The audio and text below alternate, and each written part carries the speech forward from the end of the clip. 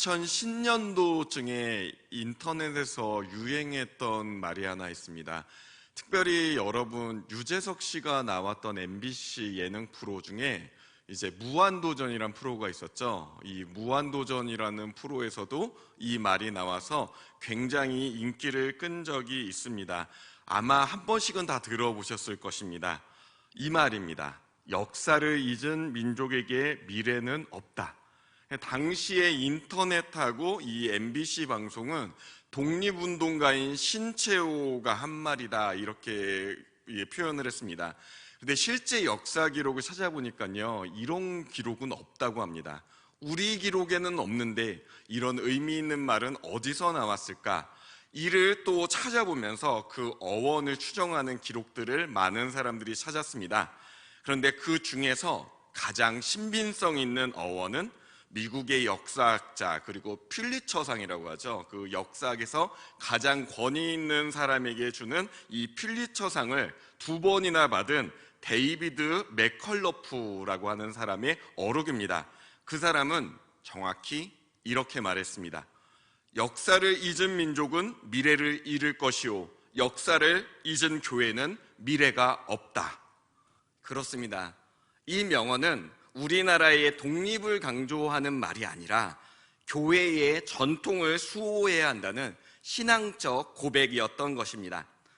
성도들 중에서 적지 않은 분들이 교회의 전통이나 기록을 가볍게 여기는 경향이 있습니다. 그래봤자 종교생활인데 오늘 우리의 삶에 평안을 주는 데 집중할 것이지 무슨 역사와 기록에 집착하느냐 말하는 이들도 있습니다. 그러나 사실 무엇보다 이 기록에, 역사에 집중해야 하는 곳은 바로 신앙 공동체입니다. 세계에서 가장 권위 있는 이 역사가가 인정한 사실이지 않습니까? 그렇다면 교회는 왜 역사에 관심을 가져야 합니까? 바로 하나님의 명령이기 때문입니다. 하나님께서는 가나안 땅의 입성을 앞둔 민족 이스라엘에게 하나님께서 함께 하셨음을 기록하고 기억하라 하셨습니다. 하나님께서는 우리에게 이 교회의 역사를 기록하는 데 그치는 것이 아니라 그 기록을 통해 다음 세대에 바른 신앙을 전수하라 명하셨습니다. 오늘 본문 말씀 여호수아 말씀입니다. 광야에서 40년의 광야 생활을 마친 이스라엘 민족, 이제 가나안 땅에 들어서기 위해 요단강 앞에 섰습니다. 근데 이들은요, 처음 출애굽을 했던 세대는 아닙니다. 그 세대는 이제 광야에서 다 엎드려졌고 그 후손 세대, 이른바 출애굽 2세대입니다. 요단강을 이제 앞에 두고 있고요. 이 요단강을 건너면 이제 가나안 땅에 입성합니다. 근데 사실 출애굽 1세대가 처음 출애굽을 나올 때 어디를 건넜습니까? 홍해를 건너지 않았습니까? 홍해에 비하면요, 이 요단강은 상대적으로 굉장히 작습니다. 홍해는 지중해의 큰 바다이지만 그에 비하면 이 요단강은 이제 갈릴리 그리고 사해를 잇는 물줄기에 불과합니다. 그래서 수영을 좀 한다는 사람들은 사실 좀 작정하고 건널 수 있는 그런 곳이기도 합니다. 그런데 지금 이스라엘 민족은 인원들이 얼마나 됩니까? 민족 단위지 않습니까? 남자만 60만 명, 그러면 여인과 아이들까지 계산을 하면 적어도 200만 명 이상의 인원이 추정됩니다. 그런 정황을 감당할 때 요단강 역시 이 인원들이 모두 건너기에는 상당히 까다로운 상황이었다라고 말할 수 있습니다. 이 인원들, 이 어린아이들 누구 한 명 귀하지 않은 사람이 있겠습니까? 단순히 호기만으로 건널 수 있는 그런 상황은 아니었습니다. 요단강에 대해서 살펴보면요, 이 요단강의 발원지가 이제 이스라엘 요르단이라는 나라에 있는 거 여러분 잘 아실 것입니다. 그리고 이 요르단에 이제 헤르몬산이라고도 하고 헬몬산이라고도 하는 산이 있습니다. 이 산이 이 높이가 대충 한 2,600m 정도 돼요. 이 정도면 백두산보다 조금 더 높은 그런 고지입니다. 근데 이곳에서 물이 솟아나면서 빠르게 급류가 흘러내려갑니다. 그러면서 이스라엘 갈릴리에 모였다가 다시 한번 물길을 타고 내려가는 것이 바로 요단강입니다. 그래서 이 높은 곳에서 내려오는 해류가 워낙 빠르다 보니까 평소 깊이는 한 90cm 정도, 그러니까 우리들 허리 약간 넘는 정도이지만 이 물살이 상당히 강하다고 합니다. 특별히 이 출애굽 2세대가 요단강을 건널 시기는 시기적으로 3월에서 4월 사이였는데, 이 시기가 가나안 땅이 우기입니다. 그러니까 비가 많이 내리는 시기예요. 비가 많이 내리면 이 강가의 급류는 더욱더 강해지고 물이 많이 불어나서 웬만한 사람들은 건너기 힘든 그런 지경이 됩니다. 그런데 그런 요단강 앞에서 하나님께서 다음과 같은 명령을 내리십니다. 여호수아 3장 7절에서 8절 말씀 함께 합독하시겠습니다. 여호와께서 여호수아에게 이르시되 내가 오늘부터 시작하여 너를 온 이스라엘의 목전에서 크게 하여 내가 모세와 함께 있었던 것 같이 너와 함께 있는 것을 그들이 알게 하리라. 너는 언약궤를 맨 제사장들에게 명령하여 이르기를 너희가 요단 물가에 이르거든 요단에 들어서라 하라. 아멘. 지금 하나님께서 주신 명령은요, 제사장들에게 언약궤를 들고 이 강에 들어가게 하라, 이렇게 명하셨습니다. 제사장이라 하면 민족의 지도자이지 않습니까? 그래서 잔잔한 개울에 물을 담그는 그런 수준이다 하면 까짓것 내가 앞장서겠다 하겠지만, 지금 이 눈앞의 상황은 어떻습니까? 강은 범람하고 물살은 강한 그런 급류의 현장입니다. 딱 봐도 이건 휩쓸리면 죽는다라는 그런 현장인데, 건강한 남자, 자기 한 몸 건사하겠다, 나는 정말 이런 요령이 있다 하는 사람이 정말 발버둥 치면 지나갈 만 하건만, 지금 이 민족이 가장 귀하게 여기는 보물, 그 언약궤를 지고 이 강으로 들어가라 말씀하는 것 아니겠습니까? 이게 정말 상식적으로 생각하면 이거 정말 무리한 일이다, 큰일 나겠다, 이런 상황. 그리고 사람이라면요, 무모한 명령은 좀 꺼려지기 마련이지 않겠습니까? 오늘 우리에게 이 일을 하라라고 명령한다면 과연 누가 그걸 할 수 있겠습니까? 근데 이 언약궤를 맨 제사장들이요, 하나님께 순종하는 마음으로 이 요단강에 발을 디뎠습니다. 어떻게 이런 무모한 일을 순종할 수 있겠습니까?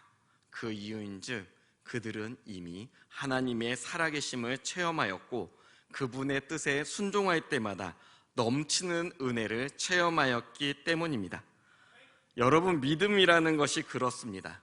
막상 체험하기 전에 신앙에 깊이 헌신하는 사람들을 보면 이상해 보이고 한심해 보입니다. 그러나 하나님께서 살아계심을 깨닫고 그분이 주시는 은혜를 맛보고 나면 뭐랄까요? 기존의 내 인생의 목적, 이 모든 것들이 그분과의 만남을 위해 존재하는구나, 이런 느낌, 이런 깨달음이 오지 않습니까? 이 세상을 창조하신 그 전능하신 하나님이 정말 나의 살아계신 하나님이란 사실을 깨닫고 나면 세상의 모든 구조나 갈등은 부수적인 것으로 느껴집니다. 세상 어떤 권세에도 흔들리지 않고 어떤 시험에도 넘어지지 않는, 정말 세상이 감당할 수 없는 자녀로 거듭나는 것입니다. 요단강 앞에 선 이스라엘, 이 출애굽 2세대가 바로 그런 하나님의 자녀들이었습니다. 그들은 이집트에서 빠져나왔던 그들의 부모 세대, 출애굽 1세대와 달랐습니다. 살아계신 하나님께서 자신들을 인도하시고 새 힘을 부어주신다는 사실을 이미 체험에 맛보아 알고 있었던 것입니다. 그래서 그들은 담대하게 강에 발을 디뎠습니다. 자, 여호수아 3장 15절에서 17절 말씀 합독하시겠습니다. 요단이 곡식 거두는 시기에는 항상 언덕에 넘치더라. 궤를 맨 자들이 요단에 이르며 궤를 맨 제사장들의 발이 물가에 잠기자 곧 위에서부터 흘러내리던 물이 그쳐서 사르단에 가까운 매우 멀리 있는 아담 성읍 변두리에 일어나 한 곳에 쌓이고 아라바의 바다 여매로 향하여 흘러가는 물은 온전히 끊어짐에 백성이 여리고 앞으로 바로 건널세. 여호와의 언약궤를 맨 제사장들은 요단 가운데 마른 땅에 굳게 섰고 그 모든 백성이 요단을 건너기를 마칠 때까지 모든 이스라엘은 그 마른 땅으로 건너갔더라. 아멘. 요단의 발을 딛자마자 위에서 흐르던 물줄기가 멈췄습니다. 그런데 그 범위가 오늘 말씀에 사르단 지방의 아담이라는 동네부터 이 자리에 이르기까지 물이 벽을 이루었고, 이제 사해로 나아가는, 이제 바다로 나아가는 이 모든 구간에 물이 말랐다, 이렇게 고백을 합니다. 근데 사실 이 말씀만 보면 어느 정도 물이 끊겼다는 거야 잘 와닿지 않으시죠? 제가 이거 문헌을 찾아봤습니다. 그랬더니 이 물이 끊긴 강의 구간이요, 무려 27km라고 합니다. 그런데 여러분 27km 하면은 대략 큰 먼 거리다 이렇게 생각하실 수 있는데요, 인간은요 강의 터전을 잡기 마련입니다. 특별히 땅덩어리가 아무리 크더라도요 마실 물이 없으면 그 땅덩어리는 죽은 땅입니다. 대표적인 곳이 있죠. 러시아나 몽골이 그렇습니다. 땅덩어리는 넓지만 마실 물이 없기 때문에 대부분은 죽은 땅입니다. 그런데 당시는 어떻겠습니까? 지금은 수로라도 개발을 하죠. 수로를 개발하지 못하는 그 당시 사람들은요 강에서 살아갈 수밖에 없습니다. 특별히 이 가나안족 속의 사람들, 대다수의 사람들이 이 강줄기를 중심으로 터전을 잡고 살아갈 수밖에 없습니다. 그런데 이 터전에서 27km 구간에 물이 끊겼습니다. 이 사람들이 물을 기르러 와야 되고 어디서는 그들의 삶의 터전을 누리기 위해 이 자리에 수많은 사람들이 오가야 하는 그 시점에 물이 마른 거예요. 특히 우기에, 비가 내리는 그 시기에 물이 멈춘 그 사실을 보게 된 것입니다. 물이 마른 범위가 워낙 크다 보니까요 이 사람들 받지 않습니까? 근데 이게 무엇 때문이다 라는 사실이, 소문이 퍼지기 시작합니다. 무엇입니까? 바로 하나님께서 이 민족 이스라엘을 가나안 땅에 입성시키기 위함이었습니다. 이 소문이 가나안족 속에 퍼졌습니다. 그리고 여호수아 5장에 보면요 이제 서쪽에 있는 아모리의 왕들이나 가나안 왕들이 이 소식을 들었는데 마음이 녹아버리고 넋이 나갔다고 표현을 합니다. 수많은 백성들이 이 사실을 전했고 저들의 하나님이 살아있다는 사실을 들었을 때 그들의 마음에 두려움이 찾아올 수밖에 없었습니다. 이처럼 가나안 땅에도 하나님이 살아있다는 이 사실이 증거되는 역사적인 사건이었던 것입니다. 이스라엘 민족이 요단을 건넌 후 하나님께서 이스라엘 민족에게 지파별로 사람을 세우라 했습니다. 그 사람을 세워서 무엇을 했는고 하니 말라버린 강에 있는 돌을 집어오라, 그렇게 명령을 하셨습니다. 자, 오늘 본문 1절에서 3절 말씀 함께 합독하시겠습니다. 그 모든 백성이 요단을 건너가기를 마침에 여호와께서 여호수아에게 말씀하여 이르시되 백성의 각 지파에 한 사람씩 12사람을 택하고 그들에게 명령하여 이르기를 요단 가운데 제사장들의 발이 굳게 선 그곳에서 돌 12를 택하여 그것을 가져다가 오늘 밤 너희가 유숙할 그곳에 두게 하라 하시니라. 아멘. 참 신기하죠. 이 돌을 12개 딱 한 지파씩 집어서 12개를 하는데 이 12개를 그냥 쌓아놓으라. 근데 사실 돌 12개 쌓아봤자 보잘것 없습니다. 뭔가 이렇게 대단한 상징이나 이런 기준이 되겠습니까? 그런데 하나님께서는 이 일을 분명한 의도를 갖고 말씀하셨습니다. 바로 이 민족의 후손에게 남기고자 한 것입니다. 하나님께서 살아계시고 이 민족을 구원하였으며 그들이 그 하나님이 지금 너희의 하나님이다 라는 것을 전하라 말씀하셨습니다. 이를 위해서 각 지파 대표들이요 마른 강에서 돌을 하나씩 가져다가 쌓았습니다. 그 이유 정확하게 말씀하시죠. 본문 6절에서 7절 말씀 함께 합독하시겠습니다. 이것이 너희 중에 표징이 되리라. 후일에 너희의 자손들이 물어 이르되 이 돌들은 무슨 뜻이냐 하거든 그들에게 이르기를 요단물이 여호와의 언약궤 앞에서 끊어졌나니 곧 언약궤가 요단을 건널 때에 요단물이 끊어졌으므로 이 돌들이 이스라엘 자손에게 영원히 기념이 되리라 하라 하니라. 아멘. 자, 가나안 땅에 정착해 살 때 자손들이 이 돌들을 보고 물어볼 것입니다. 이 돌들이 무슨 뜻이 있습니까? 하고 물어봤을 때 이스라엘 민족은 자녀들에게 우리가 요단강을 건널 때 여호와의 언약궤 앞에서 이 물이 끊겼다. 이 돌들은 그 요단강의 중간에서 하나님의 역사하심을 기념하시기 위해 각 지파의 대표들이 건진 것이다 라고 이렇게 자세하게 설명해 주라 이렇게 말씀하셨습니다. 이는 하나님께서 이스라엘 민족을 구원하신 그 역사를 자손 대대로 기억하라, 가르쳐라 이렇게 명하신 것입니다. 그리고 이것은 사실 오늘 교회인 우리에게도 해당되는 사항입니다. 교회는 하나님의 구원과 은혜를 그 다음 세대에게 전하여 가르쳐야 할 책임이 있는 것입니다. 자, 인구 절벽의 문제가 현실로 다가왔습니다. 고령 사회가 됐다고 하죠. 우리의 기대 수명이 늘어나고 우리로 말미암아 사회의 구성 주요 요소, 주요 문화의 주도 세력이 이 다수의 인군이 고령 세대가 됐습니다. 그러나 여러분 용서하고 들으십시오. 우리가 아무리 수명이 늘어나도요, 언젠가는 생명을 다할 수밖에 없는 것이 우리 인생이지 않습니까? 그렇기에 우리에게 생명이 있는 동안에 우리만 이 문화를 누리는 것이 끝나는 것이 아닙니다. 우리에게 있는 시간 동안 우리에게 하나님이 주신 분명한 사명이 있다는 사실을 기억해야 합니다. 그것이 무엇인가 하니 바로 다음 세대, 자녀 세대가 하나님을 예배하는 성도가 되도록 세우는 일, 그들이 교회가 되도록 양육할 책임이 우리에게 있다는 것입니다. 하나님은 우리에게 말씀을 통해 그리고 하나님의 역사심을 다음 세대에게 전달할 책임을 기성세대에게 분명하게 있음을 분명하게 말씀하셨습니다. 심지어 여호수아 4장 21, 22절에서 이와 같은 말씀을 한 번 더 강조하십니다. 자, 합독하시겠습니다. 이스라엘 자손들에게 말하여 이르되 후일에 너희의 자손들이 그들의 아버지에게 묻기를 이 돌들은 무슨 뜻이니까 하거든 너희는 너희의 자손들에게 알게 하여 이르기를 이스라엘이 마른 땅을 밟고 이 요단을 건넜음이라. 아멘. 예, 몇 번 말씀을 드린 적이 있는 것 같습니다. 과거에는요, 기록을 한다는 게 엄청 중요한 일이었습니다.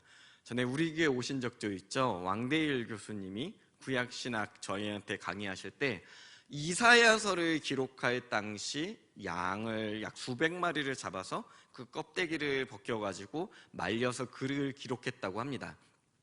그래서 우리가 성경을 읽다 보면요, 이 성경이 어떤 부수적인 걸 디테일하게 기록하지 않습니다.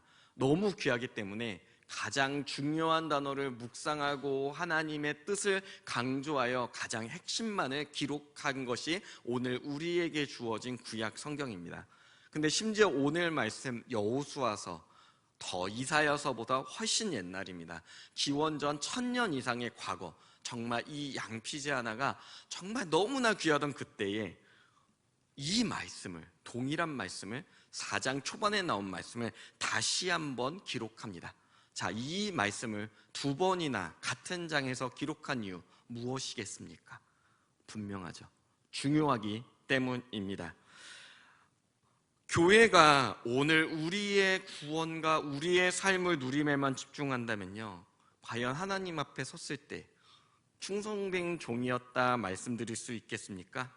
분명한 것은 우리는 하나님의 뜻에 순종하고 그분께 영과 진리로 예배하며 그분이 받은 은혜에 감사하기 위해 이 자리에 예배드리는 것 아니겠습니까? 그런데 그 주님께서 그러나 너희에게 한 가지 부족한 것이 있다. 너희가 너희 자녀 세대를 그리고 너희 이웃에게 복음을 전하는 일에 소홀하였다 이렇게 말씀하신다면 얼마나 우리가 마음이 아프고 민망하겠습니까? 다음 세대에게 그리고 우리 이웃에게 주님이 살아계시고 그분이 구원하신다는 이 분명한 사실을 우리에게는 분명하게 전할 그런 사명 의무가 있습니다. 자, 출애굽 2세대 이제 가나안에 입성했습니다. 하나님은 그들에게 은혜를 베푸셨고 또 강에 발을 디딜 믿음을 요구하셨습니다.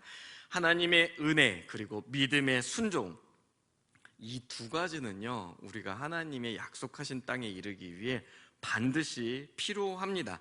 이 두 가지 중 한 가지가 없으면요, 우리가 하나님의 약속한 장소에 이룰 수 없습니다.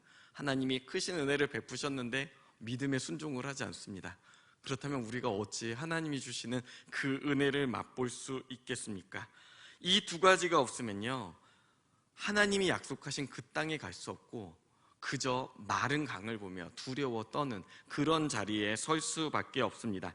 그러나 하나님의 살아계심을 신뢰한다면 그분의 뜻에 따라 믿음의 걸음을 딛고 구원을 얻을 수 있습니다. 구원의 강을 건너고 나면 무엇이 기다립니까? 물론 어떤 분은 이렇게 물어보실 거예요.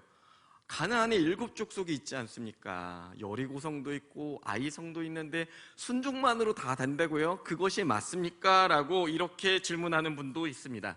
그러나 출애굽 2세대에는요, 이들에게는 이 믿음의 순종이 이미 모든 것을 성취하는 것이었습니다. 그들은 건너가면 여리고를 이길 줄 알았습니다. 아이를 이길 줄 알았습니다. 하나님의 그 약속이 성취됨을 그들은 믿었습니다. 자, 우리에게 하나님이 함께 계시고 하나님의 약속을 이루시는 분이라는 그 경험이 있다면, 그 체험이 있다면 여러분, 우리가 무엇을 두려워해야겠습니까? 주님이 함께 하시고 살아계심을 맛본 자들은요, 그저 담대하게 순종으로 믿음의 강을 건너기만 하면 됩니다. 주님께서는 우리에게 스스로 구원받고 강을 건넌 것에 만족하라, 이렇게 끝내라 하지 않으셨습니다. 우리에게 증인이 되라 하셨고 그 복음을 증거하라 하셨습니다. 그래서 주님께서는 우리 이웃에게 그리고 우리 자녀에게 기록으로 남겨 전하라 말씀하신 것입니다. 그렇게 우리에게 전해진 하나님의 뜻, 하나님의 증거, 하나님의 말씀, 그게 무엇입니까? 바로 성경이지 않습니까? 성경을 통해서 우리는 오늘도 살아계신 하나님의 성품을 알 수 있고 그분이 우리를 구원하시는 그 은혜를 깨닫습니다. 이 기록을 통해서 지난 수천 년의 역사 속에서 우리는 이 땅 가운데 살아계신 하나님을 만났고 그 아들 예수 그리스도를 통해 구원의 은혜를 누리지 않았습니까? 제가 서두에 역사를 잊은 민족에게는 미래가 없고 역사를 잊은 교회에게도 미래가 없다라는 이 말씀을 드렸습니다. 데이비드 맥컬러프는 민족이 역사를 잃어버리는 것보다 교회가 사라지는 것이 더 큰 문제임을 분명하게 지적했습니다. 교회는 오직 하나님의 은혜로만 세워집니다. 그러나 그 은혜 우리가 그냥 누리고 우리만 고백하고 그친다면 그것을 하나님께서 기뻐하시는 신앙이라 고백할 수 있겠습니까? 우리는 우리의 이웃에게 그리고 우리 자녀들 다음 세대에게 이 복음을 전하고 그들로 하나님의 교회가 이어지도록 지도해야 합니다. 믿음의 자취를 남겨야 합니다. 예수님께서 이를 일컬어 명하시기를 가서 제자 삼으라 말씀하시지 않았습니까? 중요한 것은 오늘 우리의 모습이 다음 세대에게 그리고 우리의 이웃에게 믿음의 자취가 되어야 한다는 것입니다. 특별히 내일 잘 아시죠? 내일이 우리 고3들 수학능력 시험 날입니다. 저는 사실 예전에 중고등부로 이제 먼저 시작을 했어요. 교사를 오래 했고 또 목회자로 또 이제 부서를 많이 섬겼었는데 중고등부 아이들을 지도할 때 수능 직전이 제일 예민합니다. 오늘 어떤 분은 우리나라의 3대 종교 중 하나가 수능이라 그러더라고요. 기독교, 불교, 수능이랍니다. 그래서 이 수능 잘못 건들면 교회 다니던 부모님들 교회 다 떠난다고 우리나라 3대 종교다 이런 농담을 하는데요. 저는 아이들을 위해서 기도해 줄 때 한 번도 요행으로 시험 잘 보게 해주세요, 좋은 점수 맞게 해주세요 이렇게 기도한 적은 없습니다. 생각해 보십시오. 이 아이들이 실력은 안 되는데 당일날 기도바를 잘 받아서 점수가 높게 나왔습니다. 이 아이들이 그 자리로 갔어요. 근데 실력이 받쳐주지 않습니다. 기독교인인데 실력은 없고 노력은 하지 않고 그저 기도를 통해서 어떤 신적인 능력만 바라보는 이런 아이가 된다면 이런 아이들이 어떻게 하나님의 자녀로서 이 땅의 책임을 다하겠습니까? 이렇게 얘기를 하면 우리 목사님은 수능에 대해서 뭐 아이들의 마음, 학부모님의 마음은 모르나 보다 이렇게 생각하실지 모르는데, 제가 25년 전 수학능력 시험 보는 날 몸살을 좀 심하게 앓았습니다.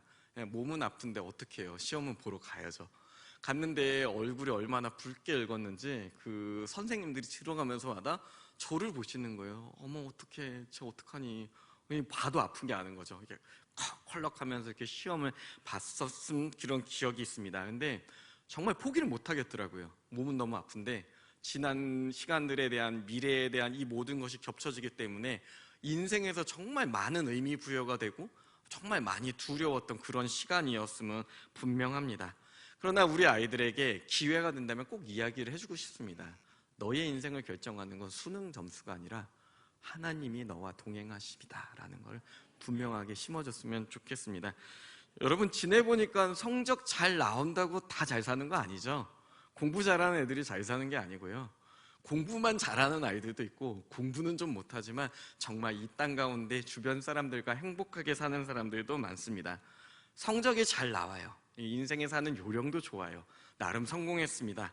그래서 자기 잘난 맛에 사는데 하나님의 은혜를 체험하지 못하면요, 하나님께서 요단강을 마르게 할 때 저건 있을 수 없는 일인데, 저런 일은 있으면 안 되는데 하면서 두려워하는 그 위치에 서지 않겠습니까?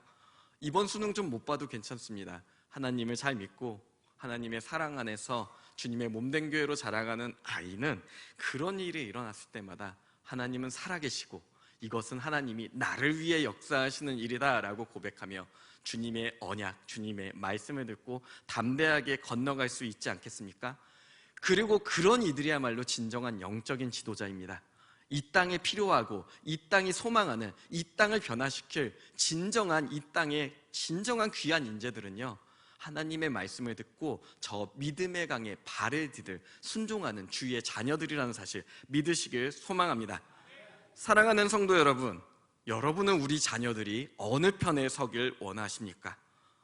잊지 말아야 할 일이 있어야 한다고 두려워하는 그런 자녀들이 되어야겠습니까? 아니면 주님의 말씀에 순종하여 담대하게 강에 발을 딛고 하나님의 역사하심을 체험하며 그것을 증거하는 하나님의 증인이 되어야 하겠습니까?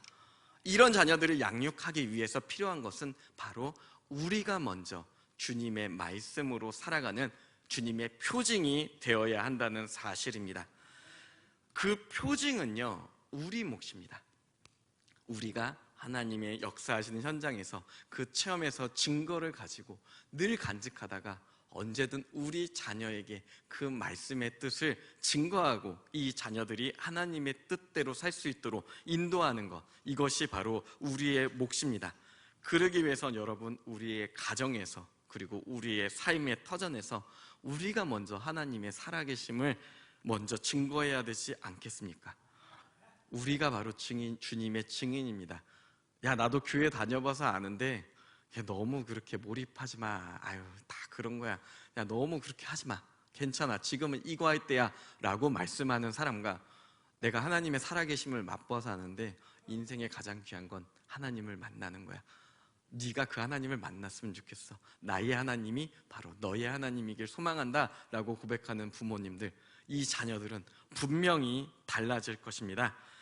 바라기는 저와 성도님들이 바로 그런 주님의 증인이 되시길 주님의 이름으로 축원합니다. 기도하시겠습니다.